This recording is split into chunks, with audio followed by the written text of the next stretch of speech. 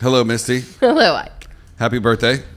No, it's not my birthday. No, isn't it? It's somebody's your birthday. Oh. Happy birthday to you. Hey. Happy birthday to you. Hello. Happy birthday, dear Ike. That's my boy, Happy Ike. birthday to you. Not only is it my... Wow. If you're just listening, I just did jazz hands. Jazz hands. It's funny. I don't feel any older. You don't look any older. Thank you. You look fantastic for your age. I appreciate that. And thank you for all for I hate watching. when people say that. It's What? like a backhanded compliment. What, you don't look any older? You look great for your age. Oh. Means you're old, but you look okay. Yeah. Like, You're not bad for being so old. right. You look great for 65. You do. You do. You look really great for 65. Do indeed. Yeah. Today is a weird Wednesday. It is. It's weird that it's my birthday, but it's also weird that it's Wednesday. It's a weird Wednesday. And you seem pretty excited about today's topic. I am. I'm very intrigued by it. Because we just found out about it. Well, yeah. Yeah. Okay, what is it? Havana Syndrome. And we're going to tell you what it is right after we snap. Are we ready to begin? Good morning. My name is Misty. Come on, Ike, it's time. We would be honored if you would join us. The greatest adventure of all time. We just become best friends. Yep. Come on, let's get in character. What are you waiting for, huh? Oh, come on. Okay, so a couple months ago, Yep. Vice President Kamala she was, I think, in Singapore and supposed to fly to like Vietnam or somewhere. They paused for a couple hours because there were a few reports of this mystery thing called Havana Syndrome. Now, when I started reading those articles, I kind of had to go back because I was like, well, what is Havana Syndrome? Yeah, what is Havana Syndrome? Well, ends up that it had been going on for a few years prior to that in Havana. So in the winter of 2017, the American Embassy in Havana, Cuba, had something very mysterious happen. So the embassy is a 6-story tower that sits next to a seawall known as the Malecon. It was built in 1953. And for 5 decades, it's been where diplomatic relations between Cuba and the United States were suspended. So it had been, it had suffered a lot of neglect. So crews, when we started to be able to go back into Cuba again, crews erected a fence around it and started to fix it up so that people could work out of it. Mm-hmm. Here's a picture, or many pictures of the American Embassy in Cuba. Yep.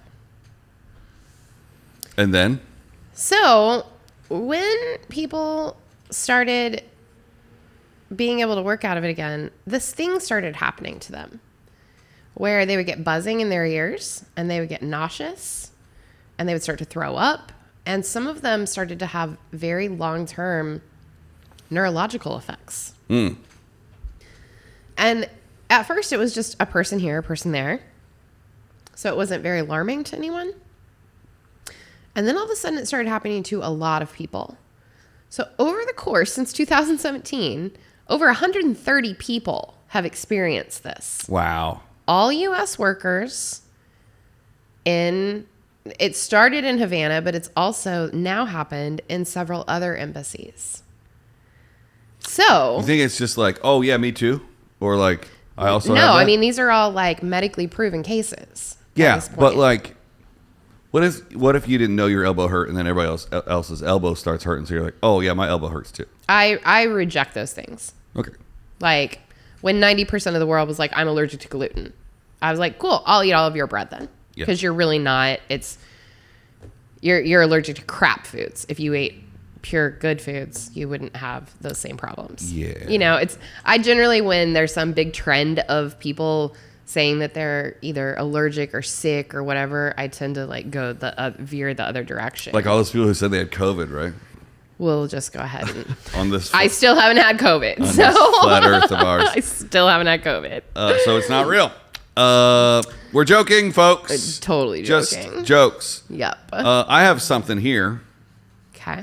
that says it could be energy attacks that is causing Right. these symptoms. Yeah. Like a plot twist from a spy thriller, the U.S. National Academies found that the most plausible explanation is that the U.S. is being attacked by directed, pulsed radio frequency energy. Isn't that crazy? In other words, microwave attacks. Yeah, microwave attacks. Yeah, the technology dates back to the U.S.-Soviet Cold War when high-powered beams were designed to disable electronics, like an EMP. Electronics weren't disrupted during the 2016-2017 Havana attacks. However, suggesting either that power levels were lower than required or microwave-directed energy weapons weren't used. Foreign policy points out that only 2 of the National Academics' 19 committee members seem to have any expertise in microwave technology, and it's not their specialty. Do you want to hear an actual story of one of these people? Yeah, of course. Okay, so there's this lady, Audrey Lee. She's a foreign services officer in her late 40s. She worked in an office on the ground floor. She lived a very normal life. She lived with her husband and their 12-year-old twins in a very quiet neighborhood that was full of a lot of diplomats. She drove her SUV to work every morning, got there at 7:30 every single morning. She had done several foreign services tours. She felt very at ease in Cuba, like it was completely normal. One very peculiar thing happened. She took her family on vacation, and when they returned to Havana from vacation, when they walked in their house, they smelled this horrible smell. And they walked into the kitchen and realized that their freezer was unplugged, which it had been plugged in when they left. Oh. So Lee and her husband cleaned out all the rotten food, plugged the freezer back in, and went about their routine, thinking, maybe somebody had been in their house, but they hadn't stolen anything. So on the evening of March 17th, she came home from the embassy. She made dinner. She ate with her twins. Her husband was away on business. Her kids went upstairs to go play Minecraft. At around 8 o'clock, she washed the dishes. The kitchen lights were not very bright, and they made it hard to see out the window. But she knew that there was a wooden booth in their neighborhood where the Cuban police kept watch on the diplomatic neighborhood. Mm-hmm. So as she was cleaning, she all of a sudden felt a sudden burst of pressure in her head. Oh. She thought she was having an aneurysm. Mm-hmm. So then a stabbing pain started happening. Her breath got really fast, and she started to panic. She, yelled for her kids. She had heard some rumors around the embassy about people falling victim to this weird sonic attack. But nobody knew what they were or what had caused them, and they weren't really talking about them. So her pain got worse and worse, and she remembers overhearing a security officer at the embassy talking about how employees could protect themselves. What he kept saying to her was, "Get off the X." And she took that at that time when it popped into her head while this was happening to mean move away from the site where you're experiencing the pain. Mm-hmm. So she made her way to the family room and took a couple of minutes to calm down.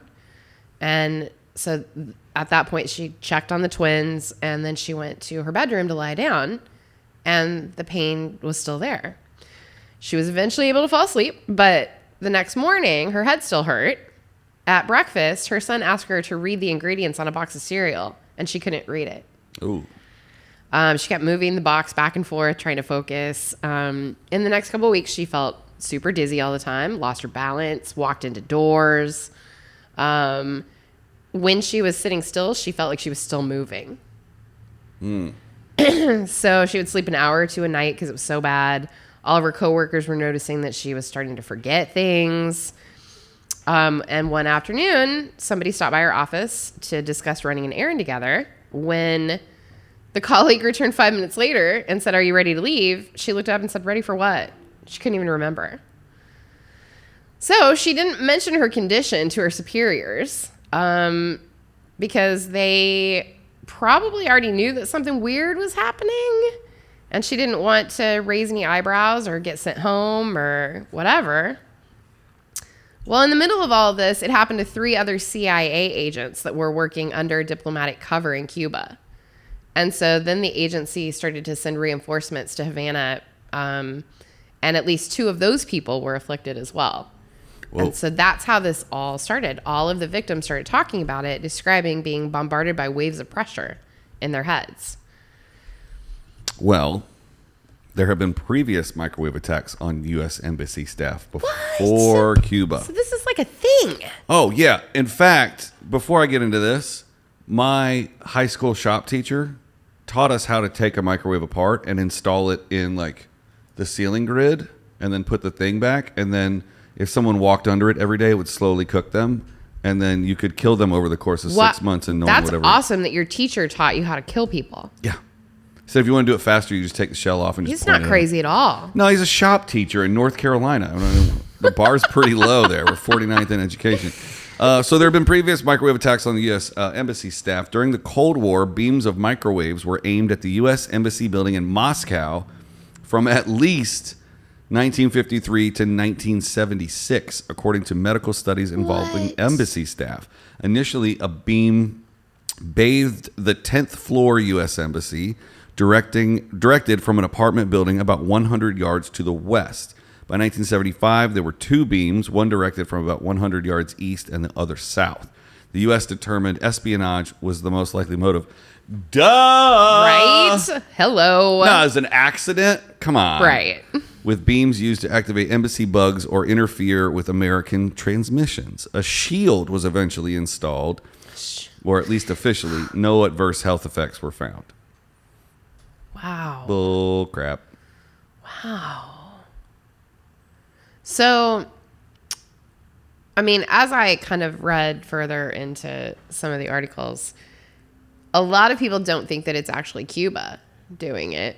Oh, even though it's happening in Cuba, that it's Russia, clearly. I would never assume it's the home country. That's too obvious. I mean, Right. except Russia. I mean, Yeah. in Russia, it makes sense. Because apparently a lot of this amped up when Russia and the U.S. were definitely not seeing eye to eye over things that were happening in the Ukraine. And we were kind of in a standstill with each other of trying to figure it out. Yeah. And so the thought is that the Russians went, well, where can we go and carry out these attacks that the local government won't do anything about it? Yeah. Cuba. And China. Like Cuba is a long-standing place where Americans have not been welcome to begin with. Yep. So why not go? Cool. Yeah. And they're saying an incident in China mirrors the Havana situation. Right. Catherine Werner was jolted awake one night in 2017 by a pulsing, humming sound in her apartment in good luck Guangzhou, China. Guangzhou. Oh, wow. You said it right. She suffered headaches, nausea, and loss of balance for months, initially believing it was connected to high levels of pollution. Her mother flew out to help and also fell ill. Even Werner's dogs were ill. Werner was medevaced back to the U.S. and diagnosed with an organic brain injury. Yep. The State Department tested about 300 other U.S. staff in China, sending 15 home for further tests. China denied any role in what the U.S. termed a health attack. No cause or culprit has been identified. So weird. Yeah. I mean, it's no secret that the U.S. has foreign and domestic enemies. Well, yeah, clearly. Yeah. Oh, Canadian scientists have focused on a possible chemical cause. So it might not be microwaves after all. Dozens of Canadian embassy staff and their families also became ill in Havana. So it's not just the U.S. I wonder how close in proximity the Canadian embassy is to the United States embassy. That's a very good question. Leading Canadian researchers to suggest Havana Syndrome may be linked to chemicals used in pesticides, insecticides, and nerve gas. Cuba launched an aggressive campaign against mosquitoes in 2016 to stop the Zika virus spraying in and around offices and diplomatic residences. Separately, the U.S. academics looked at chemical pollutants. There was no A in there, just at chemical pollutants, along with other possible causes, including an infectious disease, but decided the explanation didn't add up. Huh. I mean, that's what I would instantly think, that it would be like a nerve gas kind of thing coming out of like vents and stuff like that. Yeah. Because that seems a lot easier than some large orchestrated microwave wave attack, but I mean, it could be a combination of, could be both. there could be a chemical agent implanted in their food, and then the microwave activates it when it's hot. Oh, It yeah. could be a two-part like sleeper thing. Like, this is in your body, Right. and I won't activate it until I hit you with this because microwaves travel like laser beams, Yeah. Right. infinitely. Right. I think I'm making that up. I don't know if that's No, I think so. I mean, it makes sense that they would. yeah. Weird. Yeah, they're saying no one knows who's behind the attacks. We already mentioned that. Psychological problems may drive up the numbers. Sufferers describe the initial noise as screeching, chirping, clicking, and piercing, followed by a sensation of intense pressure or vibration. Other side effects are physical, loss of movement, hearing, and concentration.